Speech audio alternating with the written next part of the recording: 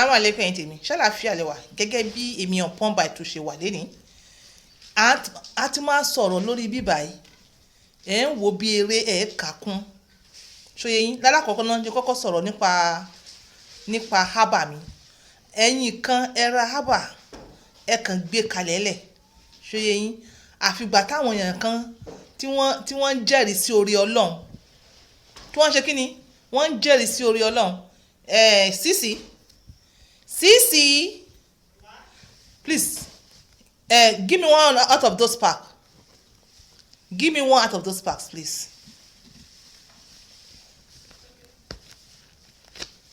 And give me the address book, please. Hurry up, hurry up. Okay. Oni, Mori Olong, give me address book. Mori Olong, did you register this one? Mori Olong. Ìgbà tẹ́yìn kan gbà àgbà tẹ́yìn jẹ́rìí sí eléyìí bó ló ń lọ eléyìí lọ sí America ni ó ń lọ sí America, that is Texas. Okay, have you registered it? Yes, ma'am. Okay.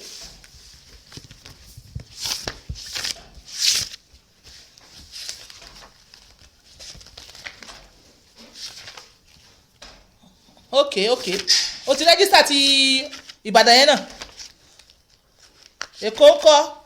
Okay, mo ti rí ẹ̀yin tèmi sọ pé bóyá wọ́n ti marketing strategies Èkó yín lélẹ̀ ẹ rò pé wọ́n ti marketing strategies ní actual àwọn kan ti rà o ṣóyè yín but nítorí pé on point onínúure èèyàn Ọlọ́run máa make sure pé mo deliver ọjà yín in toto arima mò ń gbẹ ni mi ò wá ni kò ná dáadáa ni gbogbo ẹ̀ nípele ìpele tí n bá ní kí n máa pe orí nǹkan ọmọkùnrin bí àwọn olóyìnbó ṣe sọ ṣe rí fídíò yìí wọ́n gbẹ́sẹ̀ lé ìpele ìpele yẹn bẹ́ẹ̀ náà ni àwọn ábà yìí ṣe ń ṣiṣẹ́ tó ṣe ń tèkì ẹ̀ wọn ní fífẹ̀ ní nínà ní jíjẹ ní mú ṣé ó yẹ yín ní pípọ̀ ẹ̀yin kan bá rà á tẹ́ bá ti rà á ẹ mọ̀ pé ìwọ tó lè mu ábà báwo ló ti fẹ́ ṣe dáadáa wà láìtẹ̀láì tí wọ́n bí láìwàzílà wà ó lè ṣe dáadáa in as much as ó ti wà ní 30-something-5 ó dẹ̀ ti ń rí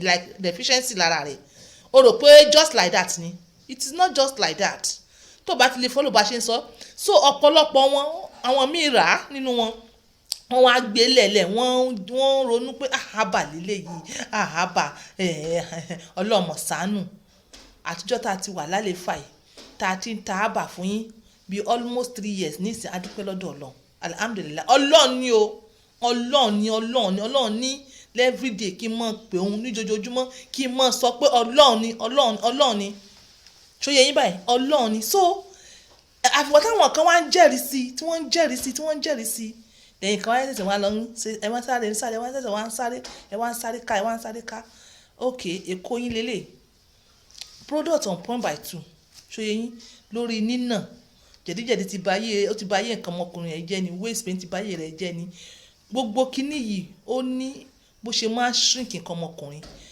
ó bá ní romantism ó lè paṣẹ ọmọkùnrin ó lè shrink ẹ osteoporosis ó lè paṣẹ ọmọkùnrin ó lè shrink ẹ arthritis ó lè shrink ẹ combination of both tí wọ́n pè ní osteoarthritis ó lè pa rheumatoid arthritis ó lè mú ó lè pa á a ní láti take care kíní lẹ́yọ jẹ̀díjẹ̀dí tó understand mi ò fẹ́ sọ̀rọ̀ jù lórí eléyìí ìwọ ló mọ̀ èèyàn tó bá ṣe ní interest o sórí eyín ẹ pè mí on point by 2 síbẹ̀síbẹ̀ náà nínú product mi èyí tó máa bá yín tọ́jú prostate level yín torí growth alálàáfíà lè àfẹ́ banzab growth ẹ̀yin tẹ́ bá wá jáàmù fídíò mi lè ní ẹ ṣe alhamdulilayi ẹ mọ kíní kan tá à ń pè ní Viteria paradoxa 3 òun la fẹ́ fi ṣe àbà wa lónìí lórí arthritis rheumatism osteoporosis àti combinations wọn bí mo ṣe sọ síwájú ẹ mọ zingimba officinarium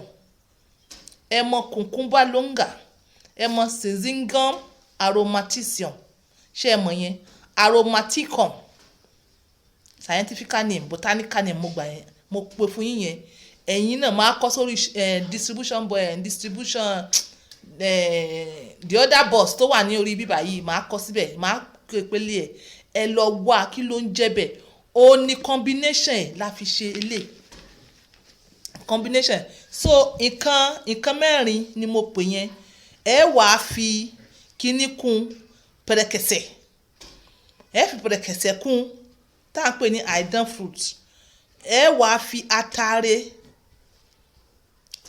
yẹn àwọn Yorùbá ń pè ní atare, àwọn Haúsá ń pè ní kimba, àwọn Ìgbò náà ní tiwọn o, òzìzà bí atabai òzìzà. Tẹ́ bá ti mú atare Yorùbá lọ síbẹ̀ àwọn náà gbé atare tí wọ́n wá, àwọn Haúsá náà ní bẹ̀tẹ̀ àwọn Haúsá kò múná dáadáa bíi ti Yorùbá àbí ti Ìgbò.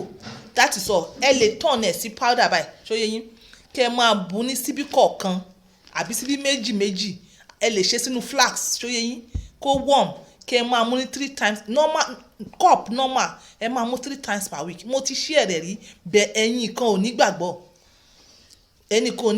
ṣóyé yín. Èmi ò kí ń jẹ sugar but I use myself as research recently. Mo jẹ sugar. Tẹ́ bá ti jẹ sugar ẹ máa ní waist pain, ẹ máa ní backache. Yes, tẹ́ bá mu sugar sí tó pọ̀ jù, ẹ sọ pé ẹ mu energy drink sugar every day lẹ́ mú, ó yẹ kó ní àníkẹ́ mọ̀ mú bẹ́ẹ̀ wọ́n tún wọ̀n sí, understand, wọ́n tún wọ̀n sí ní àníkẹ́ mọ̀ ṣe. So ó wá choose láti máa mú definitely. Tó bá ti ní jẹ̀díjẹ̀dí ó máa fún ẹ ní backache, ó máa fún ẹ ní arthritis, ó máa fún ẹ ní gbogbo joint pains. Kí ló ń jẹ́ arthritis? Joint pains náà ni gbogbo ẹsẹ̀ rẹ máa weak àti dìde wá lazy wá. Kí ni èmi on point by two ṣe ṣóyé yín? Mo wá àgbo jẹ̀díjẹ̀dí as usual as herbal practitioner. Mo wá àgbo jẹ̀díjẹ̀dí báyìí, eléyìí àgbo jẹ̀díjẹ̀dí. Àgbo jẹ̀díjẹ̀dí náà wà o. Àwọn tó ń bá mi rajà rán mi gan, àwọn míì nínú yín mo bá yín fi, àwọn míì nínú yín ni mo sọ kí ṣe gbogbo yín o, mo bá yín fi àgúnmu jẹ̀dí sí. Ìwọ tí n bá ti bẹ́ẹ̀ fi àgúnmu jẹ̀dí sí, perhaps jẹ̀díjẹ̀dí bá ń dààmú ẹ̀ tó wọ́n ti sọ fún mi, lọ wá àgúnmu jẹ̀dí ń bò mí ṣóyé yín. So irú àgbo jẹ̀díjẹ̀dí mo mú, pàtí mo rí pé at least inú tó ń waist pain yẹn serious one ó reduce. Èmi mo fara mi ṣe research, mo mọ̀ pé result sugar ni. Ẹ̀yin ẹ wá wo ẹ̀yin combination sí ẹ̀yin tẹ́ ń wò mí tó jẹ́ wípé ẹ kàn ń lòdì tẹ́ẹ̀tì ẹ̀ nágbò yìí lọ́wọ́ ìyẹn lọ. So mo wá wò pé àwọn sugar yẹn àwọn nǹkan burúkú mi tó ti kọ́ sínú ara ńkọ́ bíi joint pains, kí ló kù, ẹsẹ̀ ríro, gbogbo ẹ̀, that should be like rheumatism, arthritis, osteoporosis, osteoarthritis, rheumatoid arthritis. Ó ti kọ́ àbáyé gbogbo ẹ̀ papọ̀. Bí mo ṣe ń sọ yìí ó lè jẹ́ gbogbo ẹ̀kọ́ ló ń ṣe é, ó lè jẹ́ pé ọ̀kan níbẹ̀. Mo fẹ́ kẹ́ ẹ ní idea ṣóyé yín. Kí ni mo ṣe? Mo mú kíní ṣóyé yín, mo mú síbí méjì, mo gbé lórí omi, mo gbé kaná, mo boil ẹ̀, kò nira. Mo mú like 3 times nínú ọ̀sẹ̀ kan. Mo mú like seriously, àti ojú pain o, àtọwọ́ pain o, àti waist pain o, àti gbogbo ẹ̀ pain, gbogbo ẹ̀ ṣe kí ni ó di yán. Mo ní Allahu Akbar. Àwa máa mú kí lórúkọ ògùn yẹn náà, ògùn aspirin. A máa mú kí lórúkọ ẹ̀gbọ́n náà, ògùn tó máa ń pa body ache yìí tó máa ń wà tó popular yìí tó máa ń sábà lò ẹ lò kún ara yóò. Wọ́n ti extract ẹ̀ jù, ẹ mú nísìnyí kò ní ṣiṣẹ́. Tẹ̀tí gbà pé orúkọ ògùn yẹn bí a kì í tó parí tí n bá rántí, mo ti sọ́njọ́ pé ẹ̀yin tẹ́ bá wà níbì kan ẹ lọ wá ògùn kan kò dàbí eléyìí. According to a research, according to a Guardian report by Chukwumanya, Nigerian and Taiwanese Research Institute, wọ́n come together, wọ́n wá tipes àti kòye tipes ọlọ́mọdé àti òyìnbó sọ, wọ́n wá gbégbá orókè fún kùkúmà longa yìí àti zingiber officinarium àti zinzingum aromaticum. Ẹ̀yin tèmi màá kọ́ ẹ lọ wá. Tó bá dẹ̀ sọ pé bíi particular place kan ló ń ròyìn, combination kan mẹ́ta tí mo sọ yìí ṣóyé yín, ẹ wá fi Vatilaria paradoxa 3 extract ẹ fi wọ. That is all. Ẹ̀yin tèmi that is all. Ọlọ́run fún wa ní nǹkan, ẹ ní nǹkan Ọlọ́run ò ṣe kan. Ẹ̀yin tẹ́ bá wà ní fà gbogbo nǹkan tí mo sọ yìí tẹ́ ní ẹ̀ ní tẹ́ ẹ̀ mọ̀ bẹ́ẹ̀ ṣe máa fọ́ọ̀mù ẹ̀. Tẹ́ bá fẹ́ ra kíní lọ́wọ́ mi nítorí like seriously nǹkan tó ń jẹ́ zinzingum aromaticum wọ́n bàjẹ́ àti zingiber officinarium nísìn ó ti wọ́n. Then kùnkùnmá longa ó sì wà díẹ̀. tẹ́ bá fẹ́ ṣe lè rọ́bà yìí lọ́wọ́ yìí lè tẹ́ bá fẹ́ ṣe ẹ san ọwọ́ mẹ́ta